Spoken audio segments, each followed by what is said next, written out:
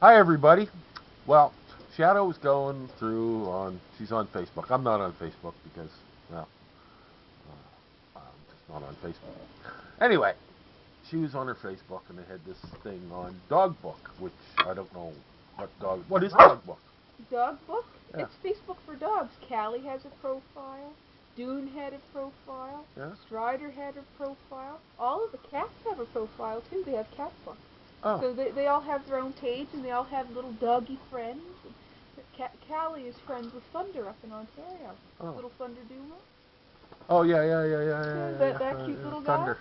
That little sausage dog. Yeah, little dachshund. Yeah. Well, anyway, she was on that, and they have a poll. Well, I was on with Callie. She was on, yeah. She was going on. She was on with Callie, right? Okay. So anyway, they have this dog book poll for Valentine's Day, right? And it's sort of like, it's a poll on the dog book thing. Anyway, here's some of the results. Who greets you when you first get home? Your spouse, 1 vote. Your boyfriend, 3 votes. Your girlfriend, 1 vote. Your dog, 298 votes. Yeah, interesting. Who would you rather be with on Valentine's Day? Your spouse, 48 votes. Your boyfriend, 22 votes. Your girlfriend, 6 votes. Your dog, 193 votes. Who would you rather spend Valentine's Day in the park with? Mitt Romney, 4 votes. Newt Gingrich, 3 votes. Rick Santorum, 4 votes. Ron Paul, 2 votes. Barack Obama, 22 votes. Barack Obama's dog, Bo, 156 votes. And then there was another one there. Who would you rather kiss? And the dog won that one too, but I don't have that here. It kind of shows the how people feel about their spouses, their boyfriends, girlfriends versus their dog, versus our political leadership, or your political leadership, not mine. Thank God. Of course, mine's just as bad. But it's I find it. I didn't even know they had a dog book. Well, I had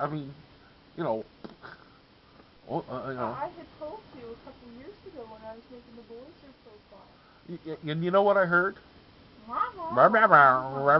Like most of the time, like when the wife was speaking. Yeah, when you're speaking, I hear blah blah blah blah blah blah. Right? Unfortunately, that's me. I'm so wrapped up in my. His head is not only big; it's also thick. Thick. Is that a big head joke? Yeah. Yeah, I have a 7 3/4 head. But I imagine that there's probably, it's actually 7 7/8.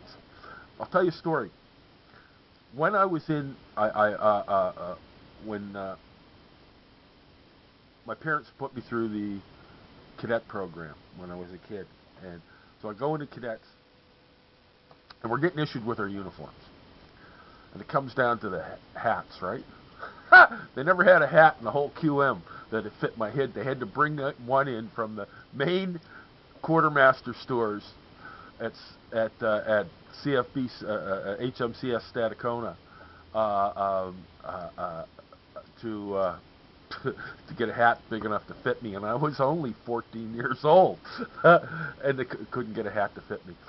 Then when I went into the reserves about 3 years later, they had to do the same thing, right? So when I went off to the big show, I took my own beret, the one I had in the reserves. That way I didn't have to wait 3 weeks and walk around with one of those stupid fatigue baseball caps they used to give us, right? Oh, those were terrible. But the thing was is that they didn't have 7 7/8 to fit my giant chromium head, right? I think it's 7 3/4 when I got the buzz cut, right? But when my hair is like this, it's 7 3/8.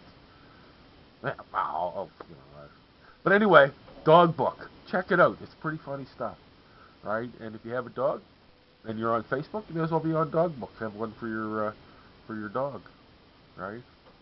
Anyway, till the next time.